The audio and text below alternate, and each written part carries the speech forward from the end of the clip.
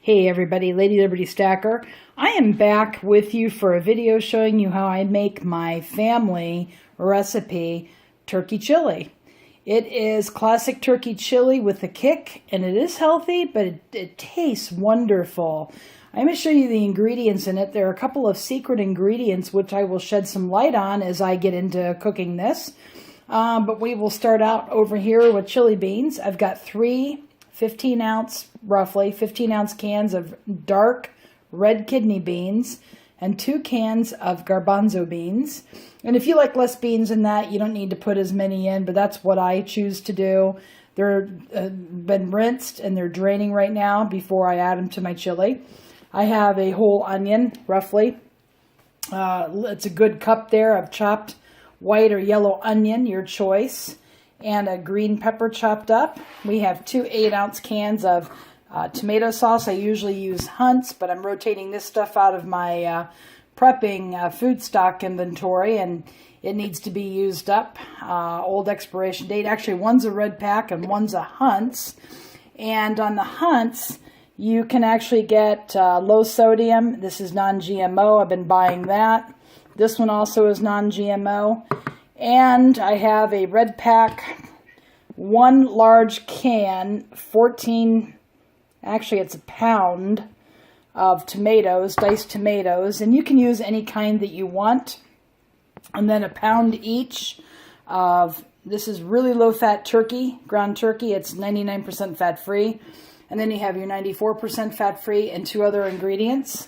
So what we're going to do is we're going to go ahead and turn on the stove here to medium. And we're going to use a stock pot. We're not using cast iron today because cast iron is not, it doesn't hold up well against acidic tomato sauces and things like that. And we're going to let this simmer in here for a little bit. So I've got it warming up. I'm going to put the camera down and we're going to go ahead and saute our vegetables. And then we're going to go ahead and do the meat. And it's very easy to do. It takes probably 15 minutes or so to prepare. Very, very simple. So I will be back. So they are cooking in there, and I sprayed a little bit of canola cooking oil spray. You can do Pam, you can do olive oil, whatever you choose. It doesn't really matter. But to get these things cooking more quickly and to add a little bit more liquid to make it cook easier, I'm going to go ahead and put a lid on my stock pot, and I will be back when I'm ready to add the ground beef. Okay, we're going to check to see how these guys are doing. Yeah, it's steaming up really nice. It only takes about 3 to 4 minutes or so to cook these. The extra moisture will help steam them. Always does a great job. And we're ready to add our meat, so I'm going to go ahead and set the camera down, and we're going to go ahead and cook that. So here we go. I'm just going to add it to it. That's the 99% fat-free, and this one is the 94% fat-free.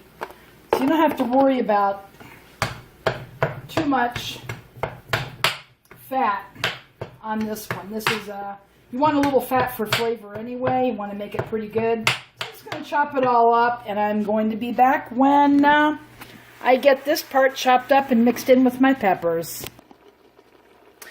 This is still cooking away. It takes a little while. This is probably the longest part, is cooking this turkey. I said beef before, but you could use ground beef if you want to. I just use turkey. It's a little bit healthier, and once you have your chili made, you really can't taste that much of a difference. It's super good.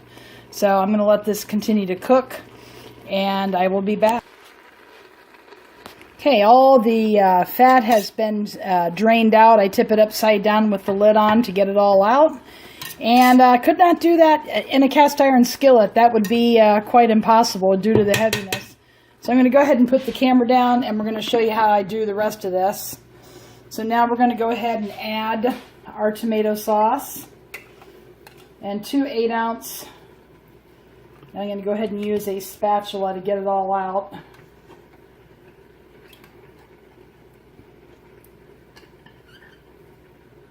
Okay, that's 1 can. We're going to use the second one.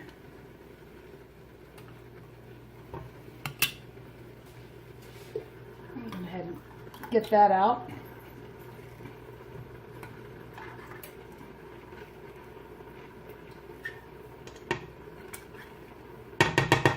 Okay, got that. And then the next is our tomatoes, diced tomatoes. Sometimes I use roasted, but it really doesn't matter. That's not really the secret ingredient. And we're going to mix that up really, really well. And I like to use a slotted spatula to really, really mix it well.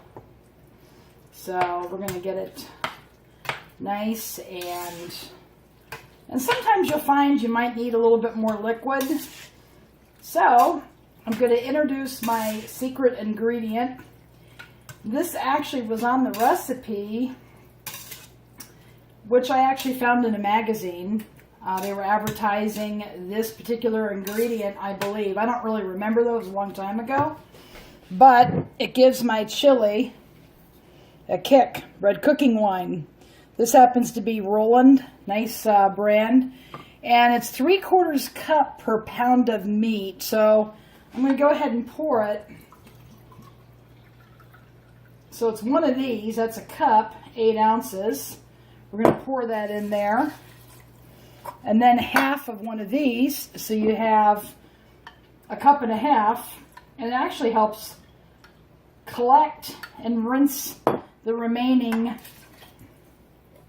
tomato sauce out of the can. So there we go. We have it almost all there.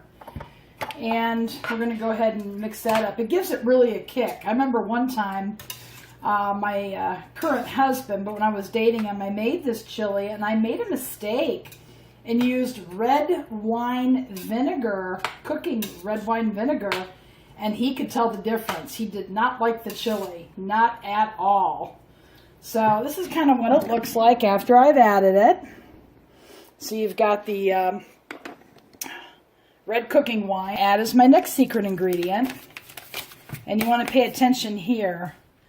This is Durkee Chili Original Seasoning Mix.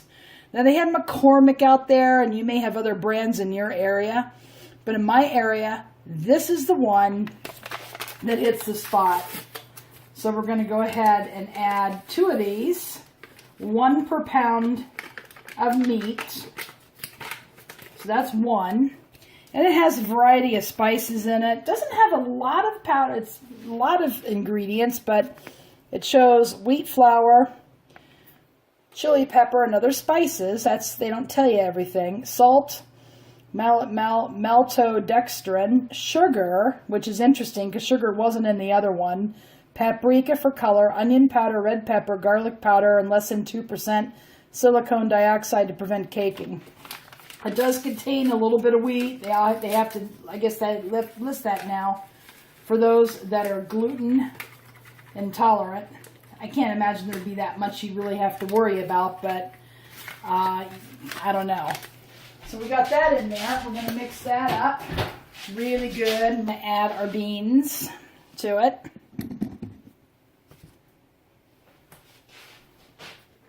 I'm going to go ahead and put those in. And you don't have to use as many garbanzo beans as I did, but I do like the garbanzo beans in the chili. Tastes really, really good. So I'm just trying to fold it in together. And I may use a little more sauce. You just have to kind of taste it and see how the flavor tastes to you. But this is generally the recipe. You just got to get it all mixed up together. There's an awful lot here.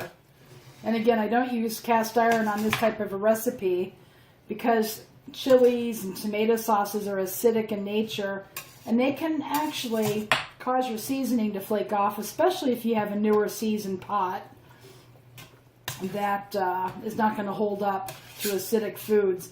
And if you've had it for years and there's multiple layers on, imagine you could use your Dutch oven, something like that. But for how long I've had mine, I haven't had it all that long. I'm not going to try to go there. And one other ingredient I do put in here, just a little bit. I think it gives it some flavor. I use a little bit of cumin, ground cumin. And I'm just going to go ahead and put in just a little bit. Just maybe a teaspoon. That's it.